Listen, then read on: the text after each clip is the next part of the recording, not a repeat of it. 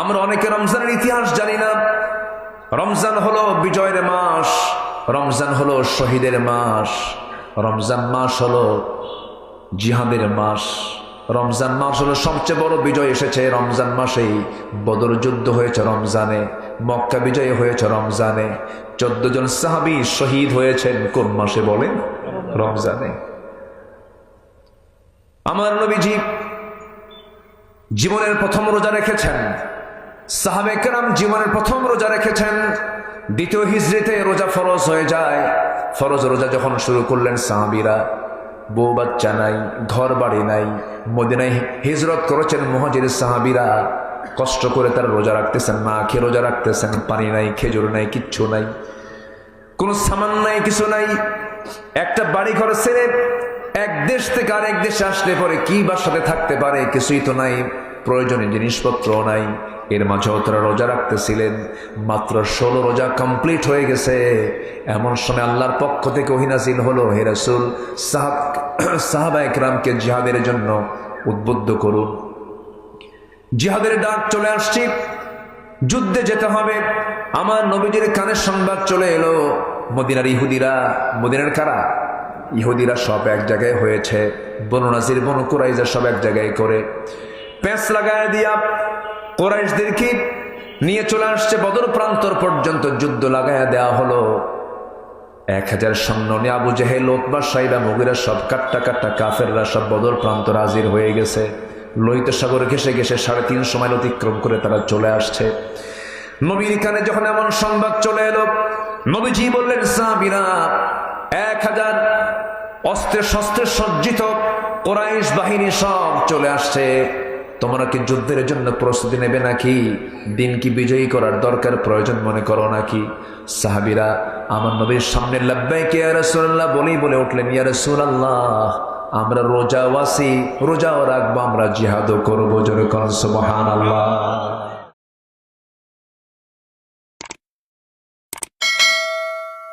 মুসলমান কি আরামে আছে না বিপদে আছে? আরামে না বিপদে? বিপদে। মুসলিম জনগোষ্ঠী আজকে চরম সংকটকাল পার করছে। আমরাও কি ভালো আছি খুব একটা? বলুন তো, আমরা কি খুব একটা এখন ভালো আছি? খুব একটা এখনো কিন্তু ভালো নাই। এই যে ক্রাইসিস, এই যে সংকট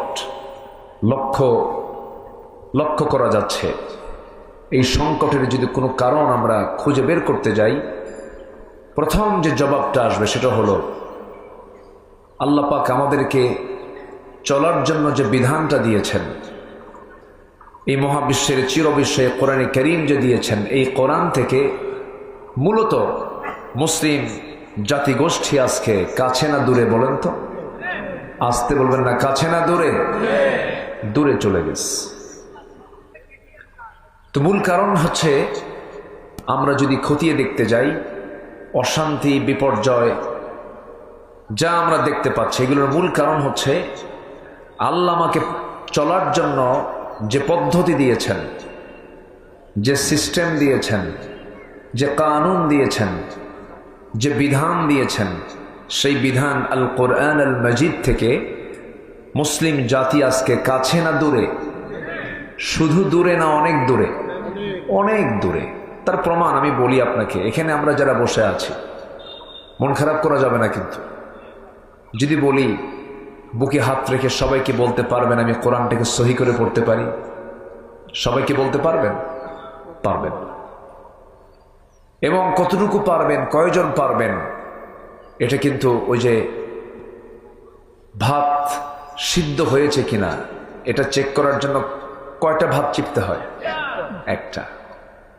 তো গোটা জাতির যে সিচুয়েশন, এই সিচুয়েশনে বলে দেয় যে আমাদের কি দশা।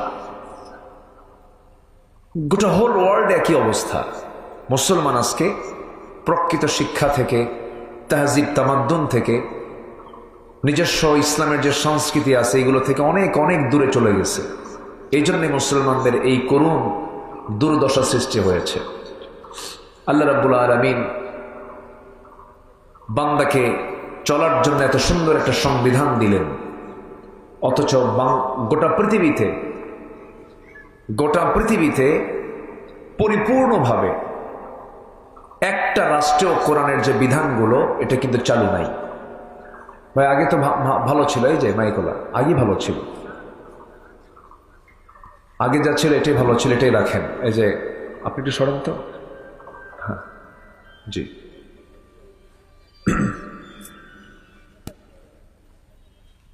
সম্মানিত ভাইয়েরা, আল্লাহ রাব্বুল আলামিন এই পৃথিবীতে মানুষ পাঠানোর আগে সিদ্ধান্ত দিয়েছেন যে আমি একা এমনি পাঠাবো না। প্রথম মানুষ যে এসেছেন আদম আলাইহিস সালাতু ওয়াস সালাম, তিনি কি খালি হাতে এসেছিলেন? না, আল্লাহ পাক তার হাতে আসমানি কিতাব দিয়েছিলেন। সমস্ত নবীর সাথে আসমানি কিতাবের সম্পর্ক ছিল। তো যে বান্দার সাথে আসমানি কিতাবের সম্পর্ক থাকবে তার ভাগ্য চমকাবে। যে বান্দার সঙ্গে আসমানি কিতাবের সম্পর্ক থাকবে না তার কপাল পুড়ে যাবে। এটাই হচ্ছে সবচেয়ে বড় বাস্তবতা। আল্লাহ রাব্বুল আলামিন বলেন, ইন্নামাল মুমিনুনা আল্লাযীনা ইযা যুকিরাল্লাহু ওয়াজিলাত কুলুবুহুম ওয়া ইযা তুলিয়াত আলাইহিম আয়াতুহু زادتهم إيمانا وعلى ربهم يتوكلون جنبنا الله أكبر মুমিনটা কারা, ঈমানদার কারা? আল্লাহ রাব্বুল আলামিন বলেন, আমার নামের জিকির যখন করা হয় তখন তার দিলটা আমার ভয়ে কাঁপতে থাকে, এবং তার সামনে যখন কোরআন তেলাওয়াত করা হয়, কোরআন শোনার সঙ্গে সঙ্গে ঈমান যদি দুর্বল থাকে, কোরআন শোনার সঙ্গে সঙ্গে তার ঈমানটা শত গুণে বৃদ্ধি পেয়ে যায়। ওয়া আলা রাব্বিহিম ইয়াতাওয়াক্কালুন, এবং ওই সমস্ত বান্দাগুলো জীবনের সকল জায়গায় আমার উপরে ভরসা করে, আমি আল্লাহ তাআলা আমার উপরে তারা তাওয়াক্কুল করে। ওয়া মান ইয়াতাওয়াক্কাল আলাল্লাহ ফাহুয়া হাসবুহ, যার ভরসা আল্লাহর উপরে থাকে এটাই তার জন্য যথেষ্ট। যেরকম সুবহানাল্লাহ, ফাহুয়া হাসবুহ। সম্মানিত ভাইয়েরা, আজকে মুসলিম বিশ্ব, ধরেন 56টি মুসলিম রাষ্ট্রের ম্যাক্সিমাম রাষ্ট্রেরই চরিত্র একটাই, সেটা হলো পশ্চিমাদের কাছে মাথা নত করে থাকে। আমি কি ভুল বলছি? আমি কি ভুল বলছি? অথচ আল্লাহ তাআলা বলছেন, ওয়া মান ইয়াতাওয়াক্কাল আলাল্লাহ ফাহুয়া হাসবুহ, যে ব্যক্তি আল্লাহর উপরে ভরসা রাখবে তার জন্য আল্লাহই যথেষ্ট। যেরকম সুবহানাল্লাহ। নিকটবর্তী সময়ে কিন্তু আমরা দেখেছি এত বড় একটা অপশক্তি চেপে বসেছিল আমাদের মাথার উপরে, এত বড় এটি জগদ্দল পাথর, যা বলতো তাই করত। চূড়ান্তভাবে তারা সিদ্ধান্ত নিয়েছিল, কিন্তু তাদের সকল পরিকল্পনাকে মুহূর্তের মধ্যে বুমেরাং করে দিয়েছেন তিনি আমার কে। আসতে বলবেন না, তিনি আমার কে? আল্লাহ তাআলা। আমার আল্লাহর কোনো কিছু করতে সময় লাগে না। আল্লাহ রাব্বুল আলামিন বলেন, ইন্নামা আমরুহু ইযা আরাদা শাইআন আন ইয়াকুলা লাহু কুন ফায়াকুন। আমার আল্লাহ যখন কোনো কাজের সিদ্ধান্ত নেন শুধু বলেন কোন হয়ে যাও, সঙ্গে সঙ্গে তা বাস্তবায়িত হয়ে যায়। জোরে বলি সুবহানাল্লাহ। কি ছিল, কি হয়ে গেল, ওরা স্বপ্নেও ভাবে নাই যে এই একটা সিচুয়েশন তৈরি হবে। পালানোর জন্য ভাঙ্গে হেলিকপ্টারে চড়ে আমাকে যেতে হবে, ব্যাগটাও গোছানোর সময় হবে না, দুপুরে ভাতটাও খাওয়া হবে না, এমন চিন্তা কি তারা করেছিল কখনো? কখনো করেনি। সম্মানিত ভাইয়েরা, এজন্য ভরসা কার উপরে করতে হবে বলেন তো? ভরসা কার করতে হবে? রাশা আমাকে বাঁচাবে না, আমেরিকা আমাকে বাঁচাবে না, দিল্লি আমাকে বাঁচাবে না। আমাকে বাঁচাবেন হলো সূর্যের মালিক, আকাশের মালিক, জমিনের মালিক, বাতাসের মালিক, অক্সিজেনের মালিক। আল্লাহু আকবার। কে বাঁচাবেন? আল্লাহ পাক আমাকে বাঁচাবেন। সম্মানিত ভাইয়েরা, রমজান সামনে আসতেছে, আমরা রোজা রাখবো, রাখবো না ইনশাআল্লাহ? বিড়িও খাবো, রোজা রাখবো, সুদের কারবারও করব, রোজা রাখবো, রমজানের শেষ দশকে বউকে মার্কেটে পাঠায় দেব।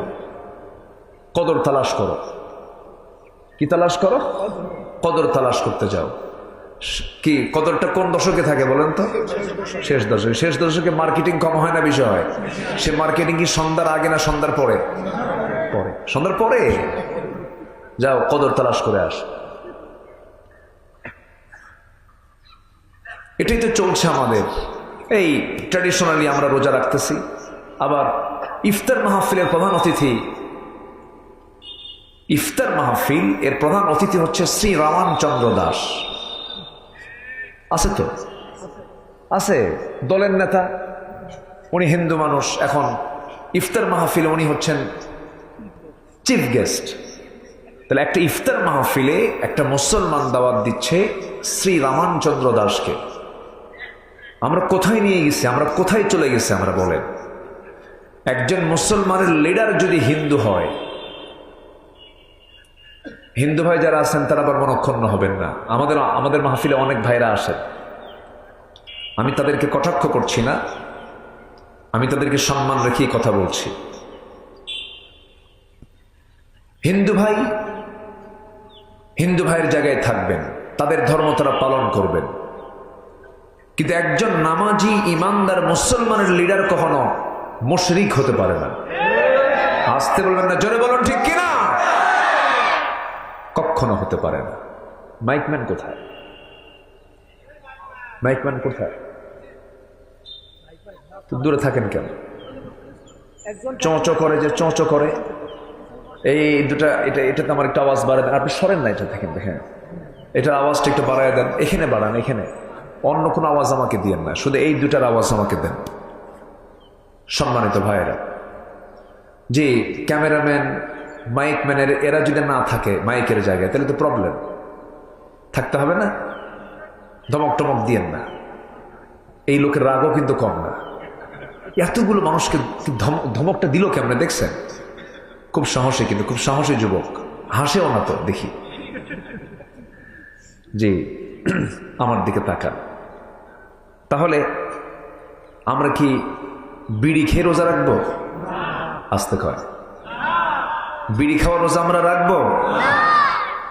সেহরি ঠিকই খায়, সারাদিন রোজাও রাখে, সন্ধ্যার সময় ইফতারও করে। বুড়ো চাচা করে কি বুড়িকে না বলি? হজ করছে তো বুড়া মানুষ, বুড়িকে না বলি বলে আমি একটু আসি। ত্রিমুখী চৌমোহনীর বাজারে গিয়ে এদিক সেদিক তাকায়, আমার কেউ দেখে কিনা। দোকানের এক কোনায় ভিতরে যায়, বলে একটা বিড়ি দাও তো, সারাদিন খাই নাই। আছে না নেই বলেন তো? একটা বিড়ি খাওয়ার পর আবার বলে, ভাই আমার তো জানটা মিটলো না, সারাদিন খাই নাই, যেহেতু সারাদিন খাই নাই কাজা সহ আদায় করি। আছে না নাই? আচ্ছা, তাহলে কেমন হলো? যে রোজা আপনাকে সামান্য বিড়ি ছাড়াতে পারে না, আপনি হারাম ছাড়বেন কেমনে? আপনি সুদ ছাড়বেন কেমনে? জেনা ছাড়বেন কেমনে? কুফরি ছাড়বেন কেমনে? আল্লাহ রাব্বুল আলামিন বলেন, রোজার ফলাফল কি হবে? যদি এই ফলাফল না আসে, সেই রোজা রাখার কোনো প্রয়োজন নাই, রাসূল বলে দিয়েছেন।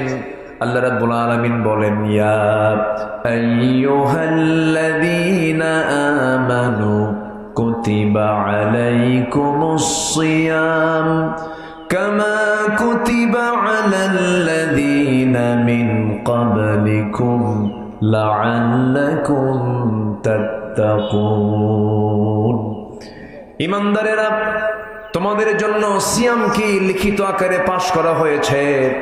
লিখিত আকার মানে হলো কুতিবা, কাতাবা ইয়াকতুবু, লিখিত করে পাশ করা হয়েছে। দলিল দু প্রকার, মুখে দলিল, আরেকটা হলো লেখা দলিল। বলুন তো, মুখের দলিল মজবুত হয় না লিখিত দলিল মজবুত হয়? লিখিত দলিলটা মজবুত হয়। আল্লাহ রাব্বুল আলামিন মাহে রমজানের রোজাকে আল্লাহ রাব্বুল আলামিন লিখিত আকারে পাশ করে দিয়েছেন। তোমাদের জন্য লিখিত আকারে রোজাকে আমি ফরজ করে দিয়েছি, পাশ করে দিয়েছি। শুধু তোমার উপরে এটা ফরজ নয়, আগের যারা মানুষ ছিল তাদের উপরে আমি আল্লাহ রাব্বুল আলামিন এটাকে ফরজ করেছিলাম। দাউদ আলাইহিস সালাতু ওয়াস সালাম তিনি রোজা রাখতেন একদিন পর পর, একদিন রাখতেন একদিন ভাঙতেন, একদিন রাখতেন একদিন ভাঙতেন। একজন মহিলার কথা মনে হয়ে গেল, যে মহিলাকে আল্লাহ রাব্বুল আলামিন একটা সন্তান দান করেছিলেন, কিন্তু তার স্বামীর কোনো পরিচয় ছিল না। এই পৃথিবীতে কোনো স্বামী তার জীবন তিনি আল্লাহ পাক তাকে দান করেন নাই, কোনো পুরুষ তাকে স্পর্শ করে নাই, কিন্তু আল্লাহ রাব্বুল আলামিন তাকে একটা ছেলে সন্তানের মা বানিয়েছিলেন। সেই সন্তানটা আজও বেঁচে আছেন, আসমানে আছেন, আবার তিনি দুনিয়াতে আসবেন। এই সন্তানটা যে মহিলার পেটে জন্ম নিয়েছিলেন সেই মহিলার নাম কি বলুন? মারিয়াম। কোথাকার মারিয়াম বলেন? হ্যাঁ, কালীগঞ্জের মারিয়াম? কোথায় মারিয়াম বলেন? বাড়ি কোথায়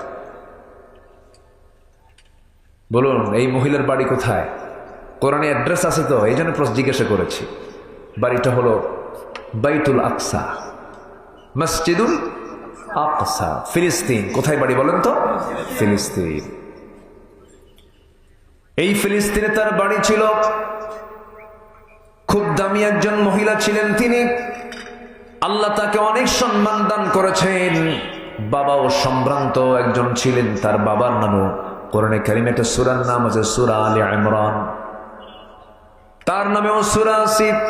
গোটা কোরআনে কোন মহিলার নাম আল্লাহ রাব্বুল আলামিন একটা মহিলার নামও নেন নাই। ইমরাতে ফিরাউন বলেছেন, ইমরাতে নূহ বলেছেন, ইমরাতে লূত বলেছেন, কিন্তু আল্লাহ রাব্বুল আলামিন শুধু একজন মহিলার নাম নিয়েছেন, তার নাম হলো মারিয়াম। আল্লাহ রাব্বুল আলামিন এই মহিলাকে অনেক সম্মান দান করেছেন। তার বাবার ব্যাপারে আল্লাহ রাব্বুল আলামিন বলেন, ইন্নাল্লাহা আসতাফা আদম ওয়া নূহান ওয়া আলা ইব্রাহিম ওয়া আলা ইমরান আলাল আলামিন যুররিয়াতান বা'দুহা মিন বা'দ। আল্লাহ রাব্বুল আলামিন আদমকে, নূহকে, ইব্রাহিমকে, আলী ইমরান আলাইহিস সালাতু ওয়াস সালাম সকল এই সমস্ত বান্দাদেরকে গোটা পৃথিবীবাসীর উপরে বিশাল সম্মান মর্যাদা দান করেছেন। সেই ইমরান কন্যা মারিয়াম আলাইহিস সালাতু ওয়াস সালাম, মারিয়াম আলাইহিস সালাতু ওয়াস সালাম আল্লাহ পাক তাকে এত সম্মান দিয়েছেন যে তাকে নবীর মা বানাবেন। কিসের মা বানাবেন? নবীর মা বানাবেন। কিন্তু স্বামী তো নাই। তিনি বলেন, আল্লাহ তুমি আমাকে সন্তান দেবে, কিন্তু লাম ইয়ামসাসনি বাশার, কোনো পুরুষ তো আমাকে স্পর্শ করে নাই, আমি কেমন করে সন্তানের মা হব? কিন্তু অসম্ভবকে সম্ভব করার একমাত্র যোগ্যতা কার? আসতে বলবেন না, কার? আল্লাহ। ইন্না মাসালা ঈসা কামাসালি আদম, ঈসা আলাইহিস সালামের দৃষ্টান্ত হলো আদমের মতো। কার মতো? আদম আলাইহিস সালাতু ওয়াস সালামের যেমন এর কোনো পরিচয় ছিল না, কিন্তু এই পয়গম্বরের মার পরিচয় ছিল, কিন্তু বাবার কোনো পরিচয় ছিল না। কিন্তু এই সিদ্ধান্তটা কার?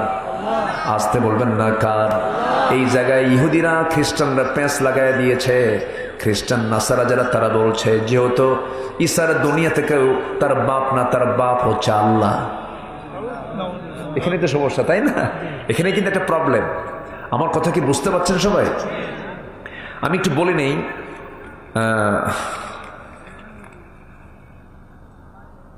আমরা নামাজটা হয়তো আজান দেবে আর 10 মিনিটের মধ্যে হয়তো আজান দিয়ে ফেলবে। আজান দিলে কি দৌড় মারবো আমরা? আজকে দৌড় মারবো না, কিন্তু অন্য সময় দৌড় মারবো। কিন্তু এখন ওয়াজ হচ্ছে তো, কিন্তু আজান শুনলেই কি মারতে হয়? বলেন বলেন, কোথায়?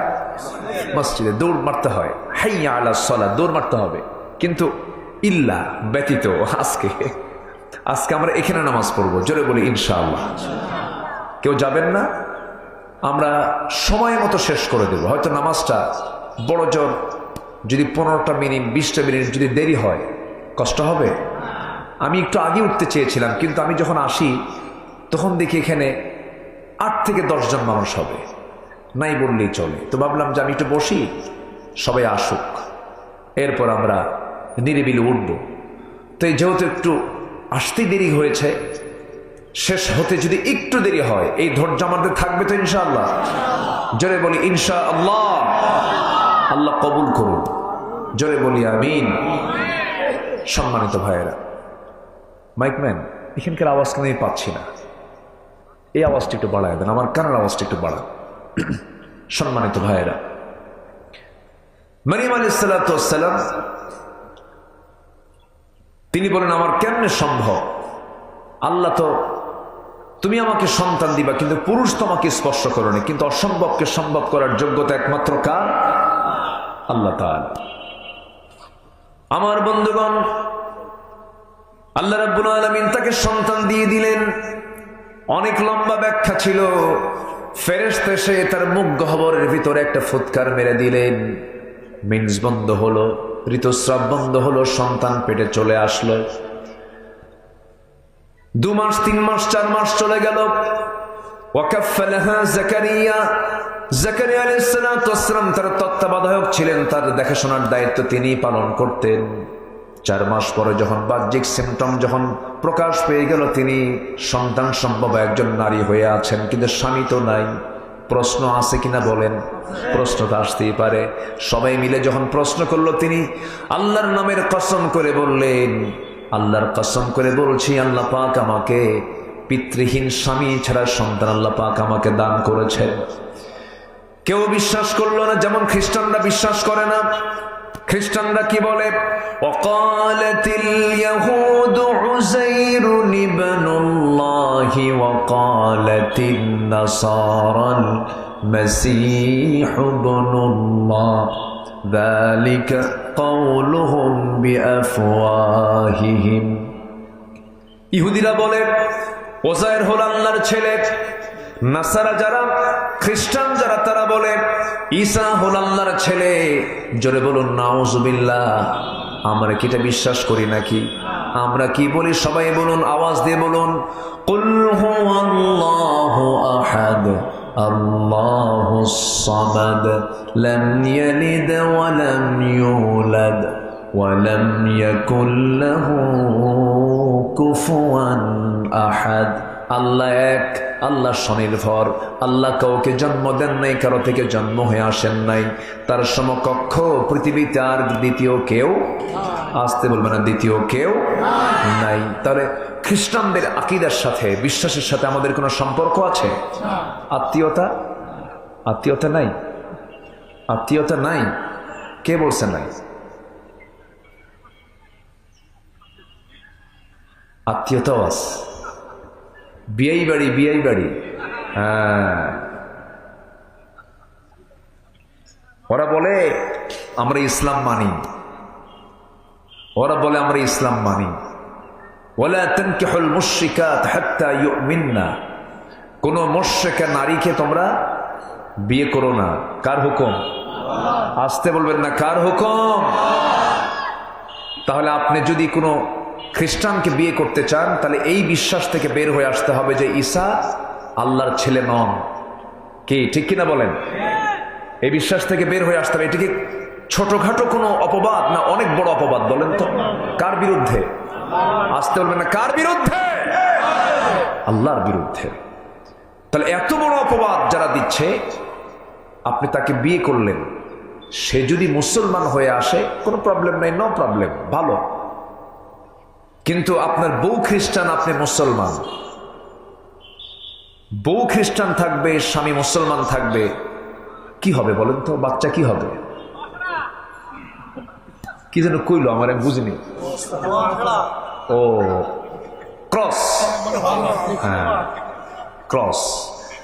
দেখবেন ঘোড়া আর গাধার মিলনে, ঘোড়া আর গাধা এগুলো কিন্তু দেখতে প্রায় সাইজ একই, তো এক ধরনের দেখা যায়, কিন্তু ঘোড়া আর গাধার মিলনে যে বাচ্চাটা হয় ওটার নাম হলো খচ্চর।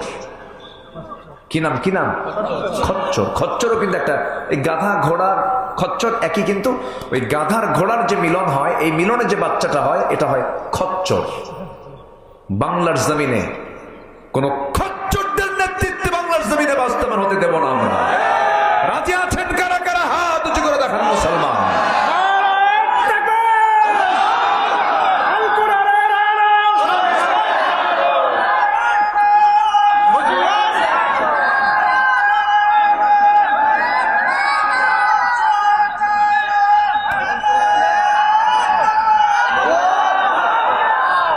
আল্লাহ কবুল করুন, জোরে বলি আমিন।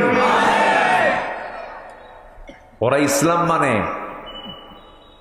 ওদের গোড়াই তো ঠিক নাই। গোড়া ঠিক আছে, গোড়া ঠিক আছে। দেশকে ভালোবাসেন, দেশে বিয়ে করেন না কেন? দেশে মহিলার অভাব আছে নাকি? দেশকে ভালোবাসেন, দেশের টাকা দেশে রাখলেন না কেন? দেশ থেকে কেন টাকা পাচার করেছেন? যারা দেশের টাকা বাইরে পাচার করে তারা জাতির সবচাইতে বড় শত্রু। তারা জাতি এখন সব বোঝে। কি ঠিক আছে না? ঠিক আছে না? আমরা পাহারা দেব, আমাদের সাহায্য করবেন কে? আমাদের সাহায্য করবেন কে? আল্লাহ সাহায্য করবেন। প্রথম একটা মানুষের দাম হচ্ছে ইমানের উপরে। তার ইমান কতটুকু এর আগে দেখবেন। তার ইমান নিয়ে কি করে এটা আগে দেখবেন আগে। যে নেতৃত্বে ইমান নাই সে নেতৃত্বে মানবো কেন আমি? অসম্ভবকে সম্ভব করার ক্ষমতা কার বলেন তো? আল্লাহ তাআলা। আল্লাহ কি পারেন না? পারেন। কিন্তু খ্রিস্টানরা প্যাঁচ লাগাই দিল না, ঈসা হল আল্লাহর ছেলে, ঈসা হল আল্লাহর ছেলে। যেরকম নাউযুবিল্লাহ। আল্লাহ রাব্বুল আলামিন সন্তান দিয়ে দিলেন, সন্তানটা প্রসব হয়ে গেল। সন্তান ডেলিভারি হয়ে যাওয়ার পর এই সন্তানকে নিয়ে 3 দিনের মাথায় আল্লাহ রাব্বুল আলামিন অর্ডার দিয়ে দিলেন, মারিয়াম এখন তোমার আর এই জায়গায় থাকা যাবে না, তুমি এখন সোজা মানুষের মাঝে চলে যাও। লম্বা কথা ছিল, ব্যাখ্যামূলক বলতে পারলাম না। আগে থেকে ঘাড় ধাক্কা দিয়ে বের করে দিয়েছিল, জেনার অভিযুক্ত করে তাকে বের করে দেওয়া হয়েছিল। আবার সন্তান ভূমিষ্ঠ যখন হলো তিনি মানুষের মাঝে চলে গেলেন। মারিয়াম বলেন, আল্লাহ আমাকে যখন কেউ প্রশ্ন করবি, এই সন্তান নিয়ে যখন প্রশ্ন শুরু করে দিবে, আমি কি জবাবটা দেব? আমি তো জবাবের কোনো ভাষাই পাচ্ছি না। তারা তো আর গালির পরিমাণটা বাড়ায় দেবে। সেই সময় আল্লাহ বলছেন, মারিয়াম তোমার কোনো কথা বলার দরকার নাই, তুমি রোজা আছো এটা বলবা। আল্লাহ তাকে শেখায় দিচ্ছেন, ক্বালাত ইন্নী নাযারতু লিররহমানি সাওমা। মারিয়াম তুমি বলে দেবে আমি রোজা আছি। সন্তানকে নিয়ে চলে গেলেন, বাইতুল মুকাদ্দাসের আশপাশে চলে গেলেন। সবাই বলে ফেললো, মারিয়াম সন্তান তো সাথে নিয়ে চলে এসেছে, সন্তানের পিতার পরিচয় না দেওয়া পর্যন্ত আমরা থামবো না। এই সন্তানটার পরিচয় কি তুমি বলো? তিনি বলছেন, আমি কোনো কথা বলবো না, আমি রোজা আছি। এখন বলুন তো, মারিয়াম যে রোজাটা ছিলেন, না খাওয়া রোজা না কথা বলা রোজা?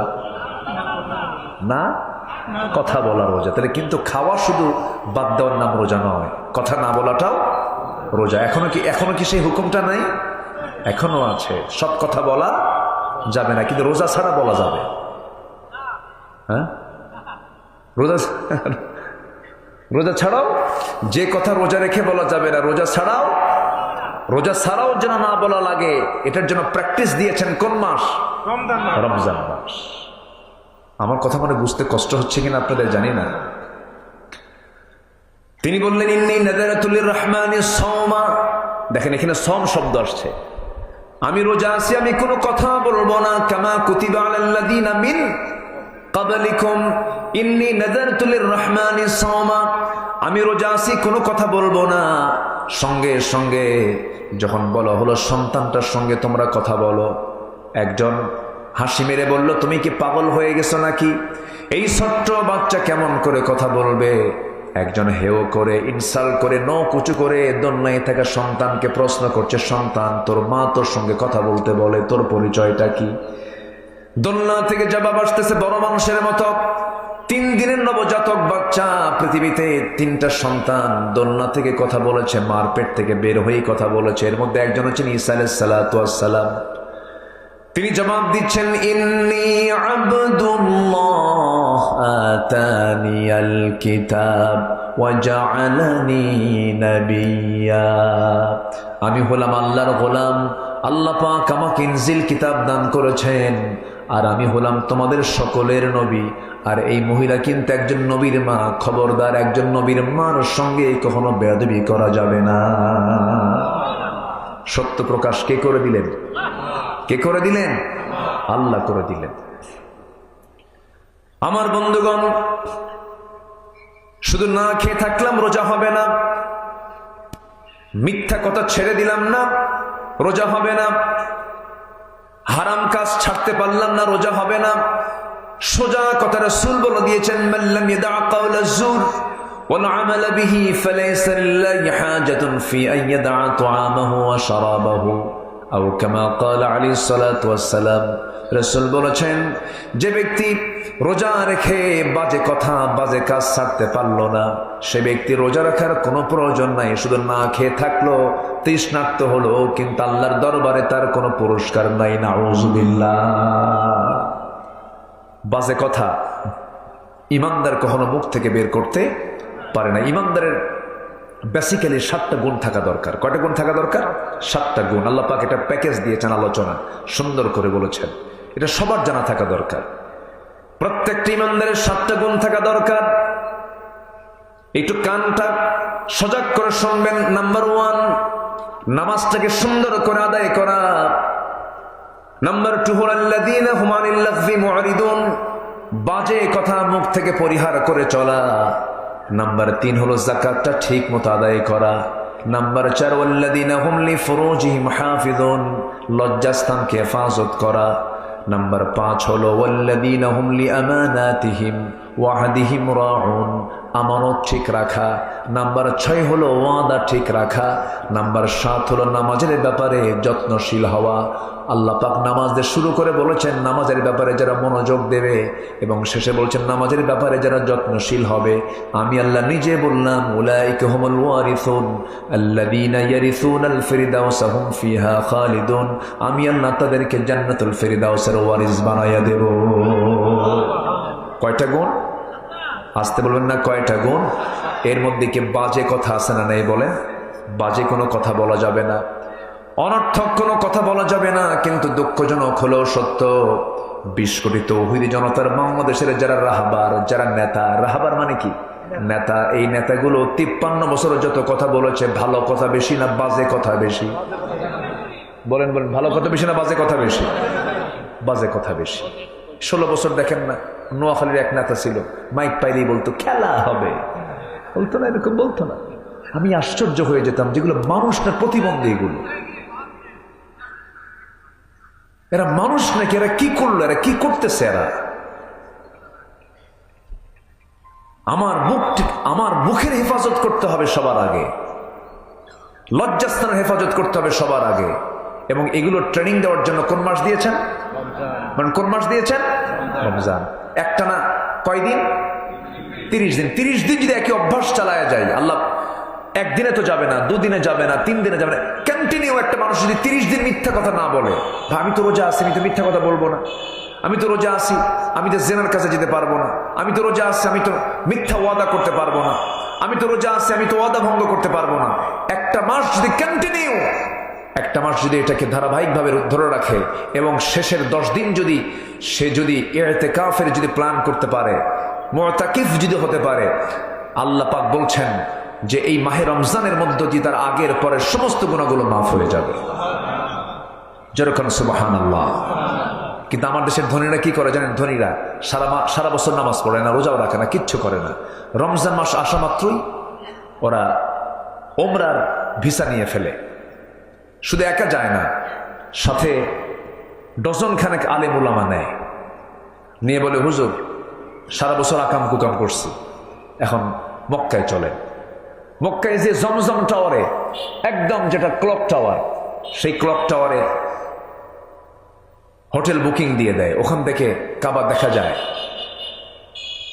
হাতের তসবি আর পাঞ্জাবি আর দাড়ি রাখা দেখে মনে হয় জিব্রাইল মনে হয় আকাশ থেকে কেবল নাজিল হলো।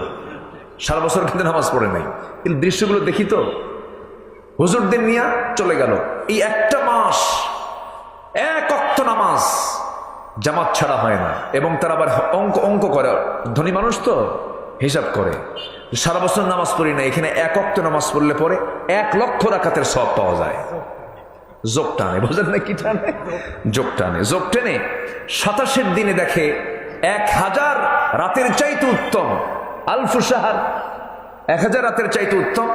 এই সব হিসাব কইরা 27 রাত্রে যে হুজুরগুলো ভাড়া নিয়ে গেছে বলছে, হুজুর এমন দোয়া দিবেন, দোয়ার ঠেলায় যেন চোখের পানি বের হয়, এবং চোখের পানি বের হলেই তো জান্নাত পেয়ে যাবো, গুনাহ মাফ হয়ে যাবে, এক ঠেলায় যেন জান্নাত পার হয়ে জাহান্নামে যাই। যা তুই জাহান্নামে।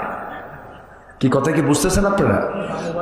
হ্যাঁ, ইটি করে চলে আসলো, ওমরা টমরা করে ইতিকাফ করে দেশে এসে ঈদের দিন বিকেল বেলা রাতের আড্ডায় বসে 3-4 বোতল একসঙ্গে মেরে দিয়ে 3 দিন অজ্ঞান।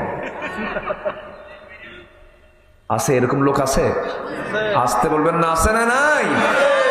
এটার নাম রমজান না। রমজান হলো জীবনকে সংশোধন করে নেওয়ার মাস।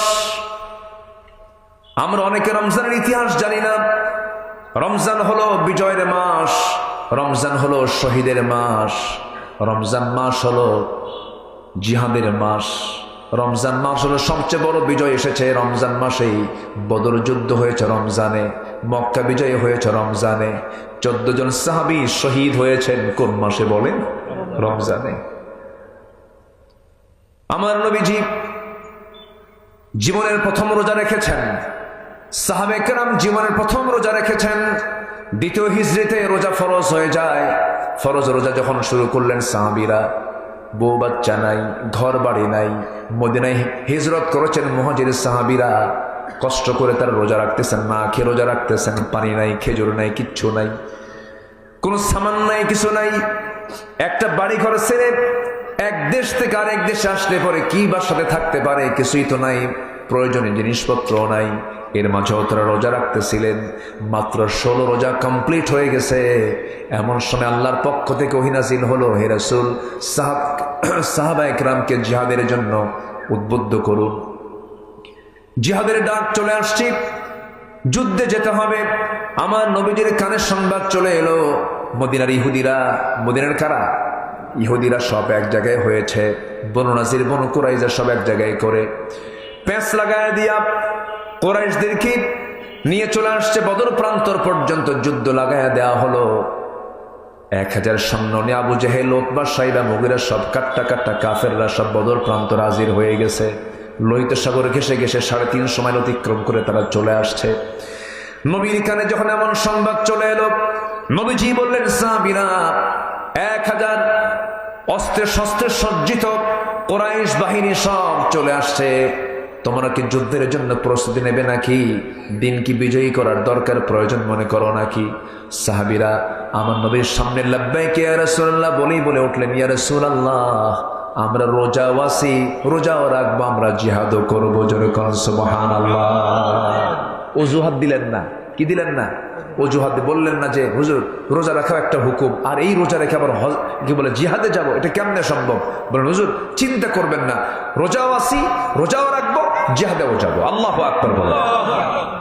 আমার নবীজি বললেন, না রে না সাহাবী, জিহাদের ময়দানে যেতে হলে শক্তির প্রয়োজন, শক্তি সঞ্চয় করতে হবে, তরবারি হাতে নিতে হবে, বাতিলদের মোকাবেলা করতে হবে।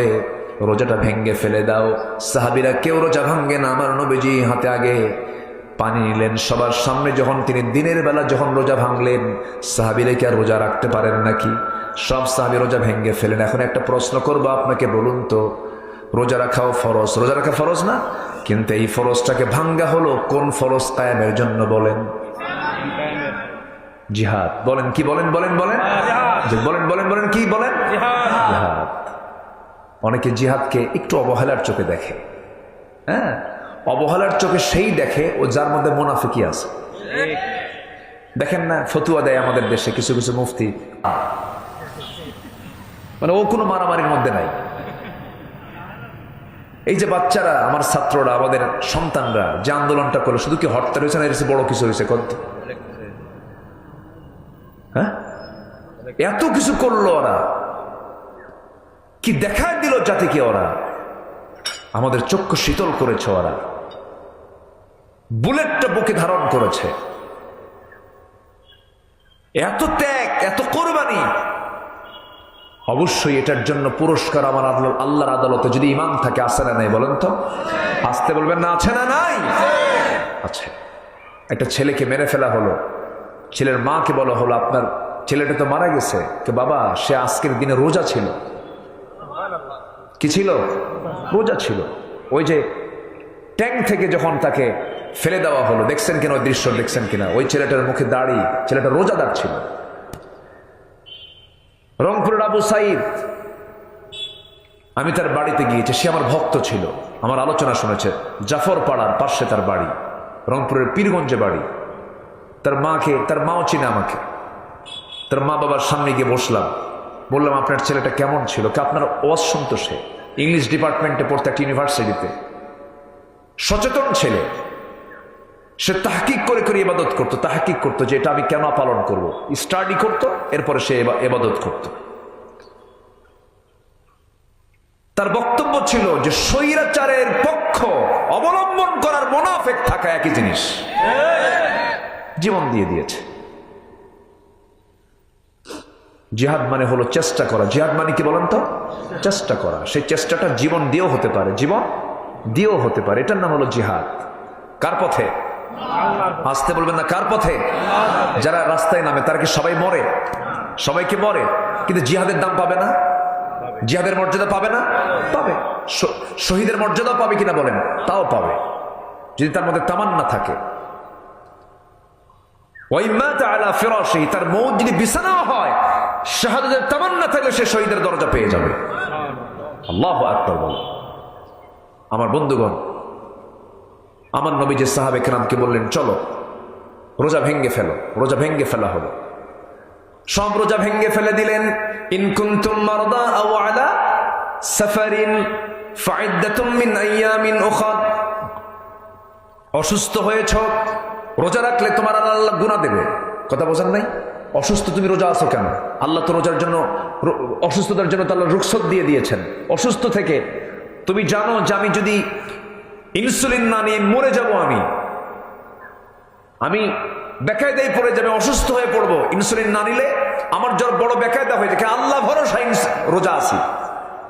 আল্লাহ তা বলেন নাই? ওয়ালা তুলকু বিআইদিকুম ইলা তাহলুকা, নিজকে ধ্বংসের দিকে ঠেলে দিতে মানা করেছেন কে?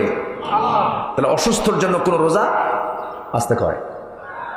যার ওষুধ দুপুরবেলা কম্পালসারি খেতে হবে, ওষুধ দুপুরবেলা, তার রোজা রাখা কি সওয়াবের কাম হবে না গুনার কাম হবে? গুনার কাম হবে। আমরা অনেকে জানি না তো। অনেকে আল্লাহ ভরসা, যা আছে কপালে আছে, এরকম আছে না? আছে না। সুস্থের জন্য রোজা। কিসের জন্য রোজা বলেন তো? সুস্থের জন্য রোজা। দুধ খাওয়া ভালো, দুধ খেলে হার্ট তৈরি হয়, বুকের শক্তি বাড়ে। যে ডায়রিয়া রোগী বলেন, তার দুধ খাওয়া কি কম? হ্যাঁ, তার দুধ খাওয়া যাবে বলেন তো? যে শুধু ডায়রিয়া মানে তার মানে খেলে আনাকুম জানাকুম, আনাকুম জানাকুম, ও দুধ খেলে কি কাম হবে বলেন তো? কাম হবে না। রোজা তো সবার জন্য না, রোজা হলো সুস্থের জন্য। আমার কথা কি বুঝতেছেন আপনারা? আমার নবী রোজা ভেঙ্গে ফেলে দিলেন। সাহাবে কেরামকে নিয়ে জিহাদের ময়দানে রওনা দিবেন। 311 জন হয়েছে, মোটে 311 জন। এই 311 জন নিয়ে যখন রওনা দিবেন আমার নবীজি এমন সময় বলেন, সাহাবীরা তরবারি নাই, ঘোড়া নাই, সংখ্যা তো খুব কম হয়ে গেল। এমন সময় মদিনার রাস্তা থেকে একজন মহিলা আসতেছে, ছোট্ট বাচ্চা নিয়ে, 1.5 বছর বয়স। 1.5 বছরের ছোট্ট শিশু নিয়ে রাসূলের সামনে এসে বলছে, হুজুর আমার স্বামী নাই, মারা গেছে, আমার বড় কোনো ছেলে নাই, সেও বড় কোনো ছেলের সন্তান আমার নাই, আমার বড় কোনো ভাইও নাই। এই যুদ্ধের ময়দানে যোদ্ধার সংখ্যা কম, আমি এখন কি করতে পারি হুজুর? এই যে 1.5 বছরের সন্তানটা আমার আছে, এই সন্তানটা আপনার হাতে দিয়ে দিলাম, আপনাকে ঢাল বানাইয়া নিয়ে। যেরকম সুবহানাল্লাহ, কি আবেগ কাজ করেছে তাদের মধ্যে। আমার নবীজি সন্তানটাকে কোলের মধ্যে নিলেন, সন্তানটাকে কোলের মধ্যে নিয়ে আদর করলেন, আদর করে বলছেন, ও মহিলা চিন্তা করো না, আল্লাহ তোমার নিয়তকে কবুল করে নিয়েছেন, সন্তানটা নিয়ে যাও, এই সন্তানটা আমি ঢাল বানাতে পারবো না, যাও নিয়ে যাও। নবীজি আমার দারুণ খুশি হয়ে গেলেন মহিলার উপরে।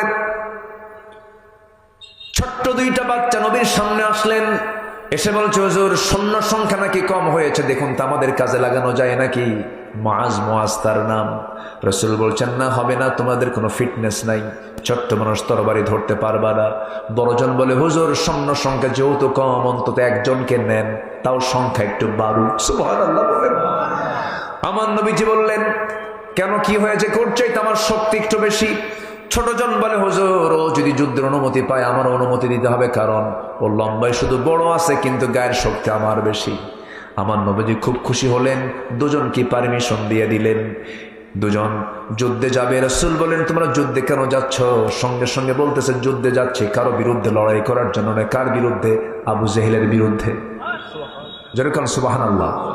কোন মাসের ঘটনা বলেন? কোন মাসের ঘটনা? কোন মাসের ঘটনা বলেন? এগুলো সব কোন মাসে হয়েছে? রমজান। ডিসেম্বরকে আমরা বিজয়ের মাস মনে করি, মার্চ মাসকে আমরা স্বাধীনতার মাস বলি।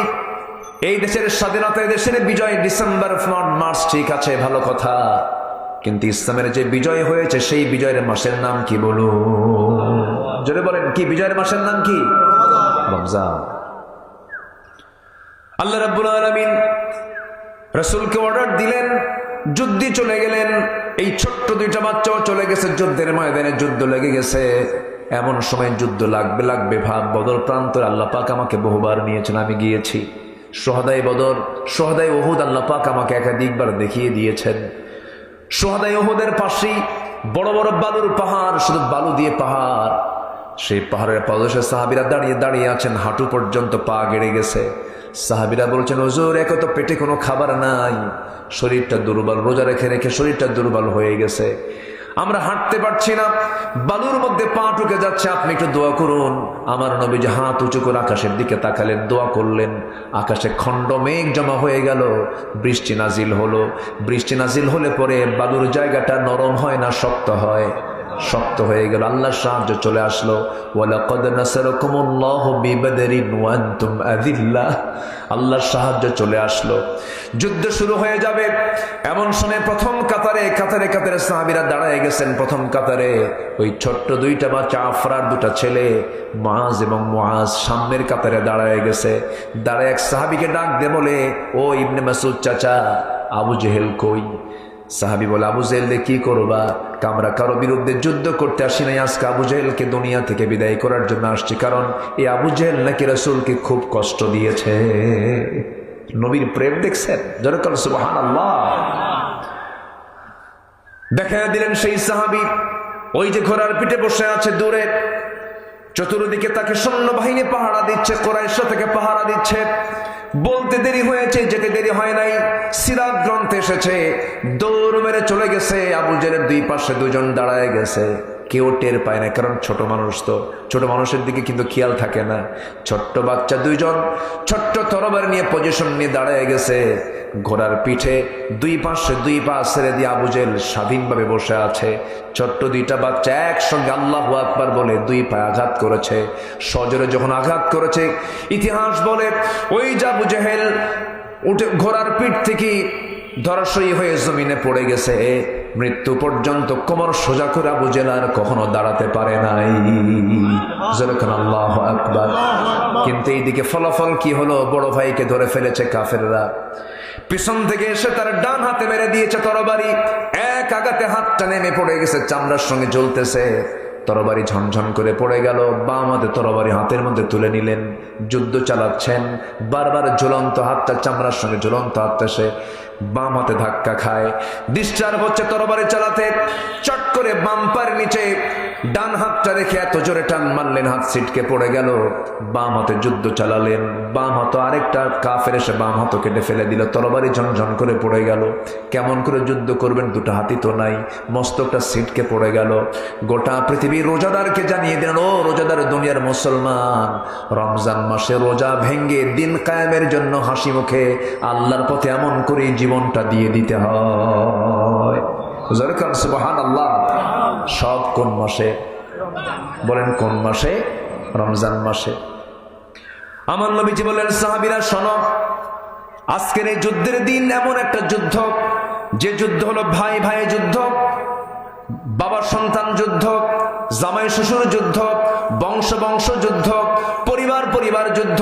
তোমরা কি যুদ্ধ করতে পারবে নাকি? সাহাবীরা বললেন, ইয়া রাসূলুল্লাহ, আল্লাহর কসম করে বলছি, আজকে যুদ্ধের ময়দানে আমরা কোনো ব্যক্তির দিকে তাকাবো না, আমরা তাকাবো যারা এই যুদ্ধের ময়দানে আসছে তারা হচ্ছে আল্লাহর দুশমন, নবীর দুশমন। সে আমার ভাই হোক, বাবা হোক, আপনি চিন্তা করবেন না ইয়া রাসূলুল্লাহ, আমরা শত্রু মনে করে তাদের বিরুদ্ধে লড়াই করবো। যেরকম আল্লাহু আকবার। উবাইদ ইবনুল জাররাহ রাদিয়াল্লাহু তাআলা আনহু যুদ্ধের ময়দানে দাঁড়ানো, সামনে তাকায় দেখেন তার বাপ তরবারি নিয়ে দাঁড়ায় আসছে রাসূলের বিরুদ্ধে যুদ্ধ করার জন্য। ভিতরে একটু দয়া হলো, আহারে বাবার কোলে মানুষ হয়েছে, মারবো কেমনে, তরবারি গোটায় নিয়ে তিনি ব্যাক করছেন। এমন সময় মনে হলো, আহারে যদি বাপ মনে করে নবীর দুশমনকে যদি আজকে হাতছাড়া করে ফেলে, কিয়ামতের দিন মুনাফিকের কাতারে দাঁড় হতে হবে।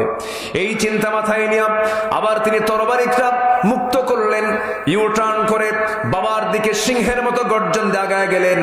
বাবার মস্তক বরাবর তরবারি হাঁকায় দিয়া শিরকের প্রতীক মনে করে দুনিয়া থেকে বিদায় করে দিলেন। একজন সাহাবী তার নিজের বাপকে মেরে ফেললেন একমাত্র কার জন্য? কার জন্য? কার জন্য? কোন মাসে? কোন মাসে? রমজান মাসে। আর আমরা রমজান মাসে বিড়ি ছাড়তে পারি না। আমরা চেঞ্জ হব না ইনশাআল্লাহ? আমরা চেঞ্জ হব না? এই জমিন আল্লাহর দিন কায়েম হোক, সবাই চান না?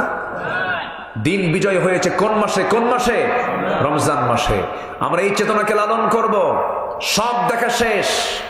কেউ দেশ শাসন করেছে 25 বছর, কেউ 16 বছর, কেউ 9 বছর, কেয়ারটেকার গভর্নমেন্টটা কয়েক বছর। কেউ আমার আপনার মুক্তির জন্য কোনো চিন্তা করে নাই। একটা ন্যূনতম নামাজের বিধানটা পর্যন্ত তারা সংসদে পাশ করেনি। জাহান্নাম থেকে বাঁচার জন্য 1 নম্বর কাজ হলো নামাজ পড়া। সে নামাজের আইনটা পর্যন্ত তারা নিয়ে আসে নাই। অতএব সব সরকার দেখা শেষ। আগামীর সরকার দেখতে চাই আমরা নামাজের সরকার। আগামী সরকার দেখতে চাই আমরা কোরআনের সরকার। আগামী সরকার দেখতে চাই আমরা ইসলামের সরকার। রাজি আছেন কারা কারা? হাত উঁচু করে দেখান মুসলমান।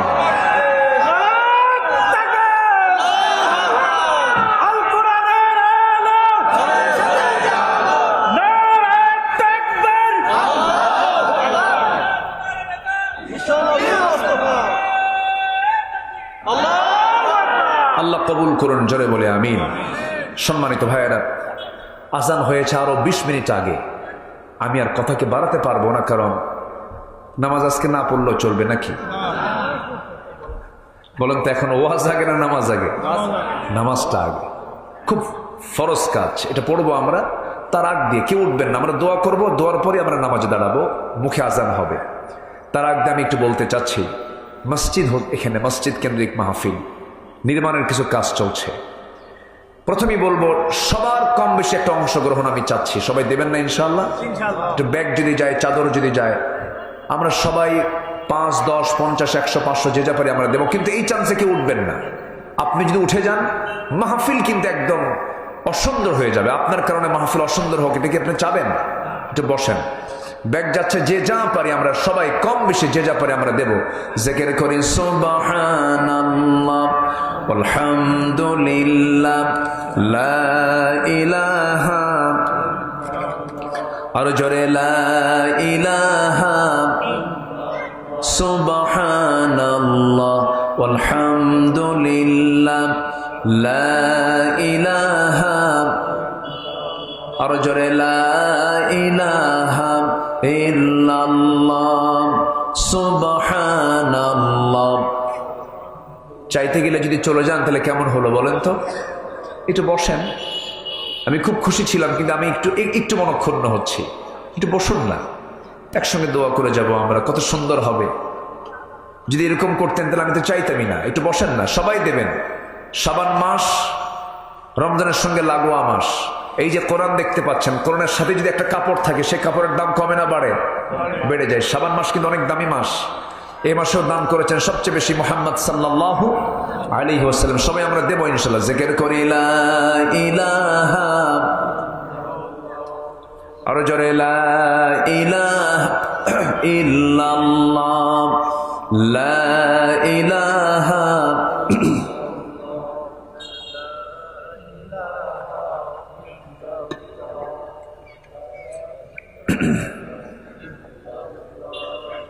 লা ইলাহা ইল্লাল্লাহ, সুবহানাল্লাহ ওয়ালহামদুলিল্লাহ। আরো জোরে লা ইলাহা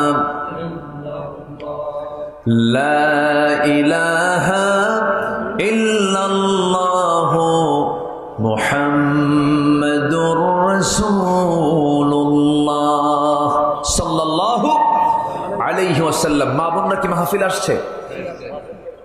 মা বোনদের ভিতর থেকে যে যা পারেন নিয়ত করবেন, আগে সবাই দিবেন। আল্লাহ তুমি দিল থেকে সবাইকে দেওয়ার তৌফিক দাও, জোরে বলি আমিন। এই আশাবাদ কামনা করছি। আমরা সোজা এখন দোয়ার দিকে যাব। একটু নামাজের মতো করে যারা আসি বসে একটু দিলটা আল্লাহর দিকে রুজু করে বিনয়ী হয়ে আমরা আল্লাহর কাছে চাবো, আল্লাহ যেন আমাদের গুনাহগুলোকে মাফ করে দেন। যে আল্লাহ তুমি সবার দানকে তুমি আল্লাহ কবুল করো, জোরে বলি আল্লাহুম্মা আমিন। মাহফিল কমিটির সকল আয়োজনকে তুমি আল্লাহ মেহেরবানি করে দয়া করে কবুল আর মঞ্জুর করো না, জোরে বলি আল্লাহুম্মা আমিন। সবাই বলে সুবহানাকা আল্লাহুম্মা ওয়া বিহামদিকা আশহাদু আল্লা ইলাহা ইল্লা আনতা আস্তাগফিরুকা ওয়া আতুবু ইলাইকা। চিৎকার মেরে বলি ইয়া আল্লাহ, আমার জীবনের সাগীরা কাবীরা, ছোট বড় সব গুনাহ তুমি আল্লাহ মাফ করে দাও, জোরে বলুন ইয়া রাব্বাল আলামিন। আসুন আমরা দোয়া করি। নামাজ পড়বো না ইনশাআল্লাহ সাথে? জি, আপনি দোয়া করে দেন, আপনারা কেউ দোয়া করেন। আল্লাহুম্মা আমিন। ربنا ظلمنا أنفسنا وإن لم تغفر لنا وترحمنا لنكونن من الخاسرين। মিষ্টি বিকেল গধূলি বেলা জুমার দিনে মিষ্টি বিকেলে তোমার কালাম থেকে কিছু কথা বলেছি, সে শান্তে সে কাঙ্গাল ভিখারির মতো দুটো হাত পেতেছি। আল্লাহ গুনার দিকে নজর দিও না, বান্দা মনে করে তামাম জিন্দেগির গুনাহগুলোকে মাফ করে দাও। জনম দুঃখিনী মা, জনম দুঃখী বাপজান যারা দুনিয়া থেকে বিদায় নিয়েছেন, জিন্দেগির গুনাহগুলো মাফ করে দাও, কবরগুলোকে জান্নাতের বাগিচা বানায়া দাও। রব্বিরহামহুমা কামা রব্বায়ানি সগীরা, রব্বিরহামহুমা কামা রব্বায়ানি সগীরা। আয় আল্লাহ তাআলা, এমন ভাই আমার সঙ্গে হাত তুলতে পারেন যিনি নিজের হাতে নিজের মাকে দাফন করেছেন, নিজের বাবার লাশ নিজের পিঠে বহন করে কবর পর্যন্ত নিয়ে চলে গেছেন। গোটা পৃথিবীর সব খবর জানা যায়, আমার মা বাবার কবরের খবর কি কোনো সন্তান পৃথিবীর কেউ জানতে পারে না রে। ও আল্লাহ, তোমার দরবারে ফরিয়াদ করি, কবরগুলোকে জান্নাতের বাগিচা বানায়া দাও। দুনিয়া থেকে কোন দিন বিদায় নেব জানি না, ডান হাতে আমলনামা না আসা পর্যন্ত মরণ দিও না। এই গ্রামের প্রত্যেকটা ঘরকে ইসলামের দুর্গ বানায়া দাও, ঘরে ঘরে নামাজি বানাও, পরিষ্কার বানাও। পর্দাশীলা মা হিসেবে তুমি আল্লাহ এই গ্রামের সকল মাদেরকে কবুল আর মঞ্জুর করে নাও। দুনিয়া থেকে বিদায় নেব কোন দিন জানি না, যেদিন টান পড়বে রে আমাকে যখন ডাক এসে যাবে, টান মেরে ঘর থেকে বের করে দেবে, জান কবজ হয়ে যাবে। 24 ঘন্টা যাবে না, মাথার চুলগুলো খসে খসে পড়বে। কবরে রেখে চলে আসবি, 3 দিন যাবে না, চামড়াগুলো গলে গলে পোকার পেটের খাবার হয়ে যাবে। মাত্র 7টা দিন পেটের নারী ভরি সব চোখ মুখ কান নাক দা বের হওয়া শুরু হয়ে যাবে। কিম্ভূত কিমাকার চেহারা হয়ে যাবে রে, কে আমাকে আর চিনতে পারবে না। মাত্র 3টা মাস কবর যদি খনন করে দেখা হয়, কয়েকটা হাড় ছাড়া কিচ্ছু খুঁজে পাওয়া যাবে না রে। এই তো দুনিয়ার নিয়ম রে আল্লাহ, তোমার দরবারে ফরিয়াদ করে তোমার পছন্দের বান্দা না হওয়া পর্যন্ত মরণ দিও না। মরণ যখন চলে আসবে কাছে, ওই সময় সবার জবানে জারি করে দিও লা ইলাহা ইল্লাল্লাহু মুহাম্মাদুর রাসূল।